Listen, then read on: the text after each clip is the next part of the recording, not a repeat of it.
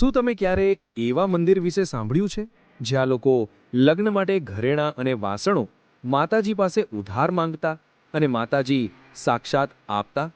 હા, ગુજરાતના દાહોદમાં આવેલું છે એક એવું 800 વર્ષ જૂનું મંદિર જ્યાં આજે પણ લોકો નવું વાહન લેતા પહેલા માતાજીની પરવાનગી લેવા આવે છે.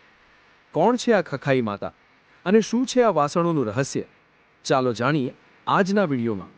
નમસ્કાર મિત્રો, આજે અમે તમને લઈ જઈ રહ્યા છીએ દાહોદ જિલ્લાના લીમડી નગરમાં આવેલા પૌરાણિક ખખાઈ માતાના મંદિરે.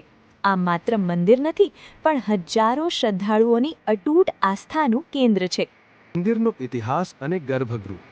અંદાજે 800 વર્ષ જૂનું આ મંદિર ઇતિહાસ અને ચમત્કારોથી ભરેલું છે. મંદિરના ગર્ભગૃહમાં તમે પ્રવેશ કરશો એટલે માતાજીના સાનિધ્યમાં હનુમાનજી અને ભૈરવજીની ભવ્ય પ્રતિમાઓના દર્શન થશે.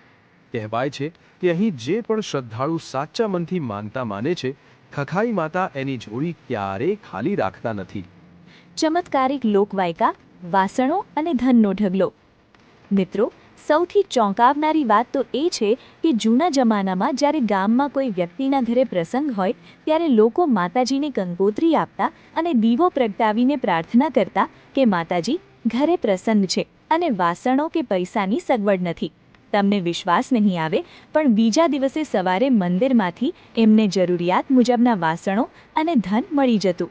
શરત માત્ર એટલી જ હતી કે પ્રસંગ પત્યા પછી બધું જ માતાજીના ચરણોમાં સાક્ષી ભાવે પરત કરી દેવું. છે ને અદ્ભુત ચમત્કાર? આધુનિક શ્રદ્ધા, વાહનોની પૂજા.